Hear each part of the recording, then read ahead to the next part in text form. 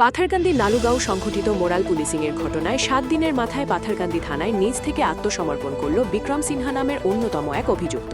Viral ভিডিওতে বিক্রম সিনহাকে দেখা গিয়েছে এবং সে পলাতক ছিল ঘটনার পর থেকে।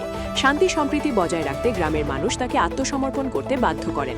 অবশেষে রবিবার রাত্রে সে নিজ থেকে পাথারকান্দি থানার পুলিশের হাতে আত্মসমর্পণ করে।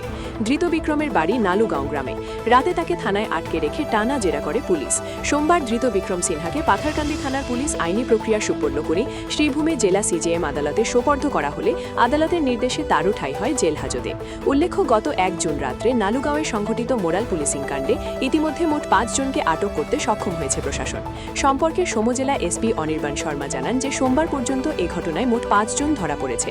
বাকিদের ধরতে সবদিকে পুলিশি জাল বিছানো হয়েছে। শান্তি সম্প্রীতি বজায় রাখতে সমাজের নাগরিকদের আহ্বান জানান তিনি। শ্রীভূমি থেকে শুভঙ্কর মালাকারের প্রতিবেদন, ঈশান বাংলা নিউজ, শিলচর।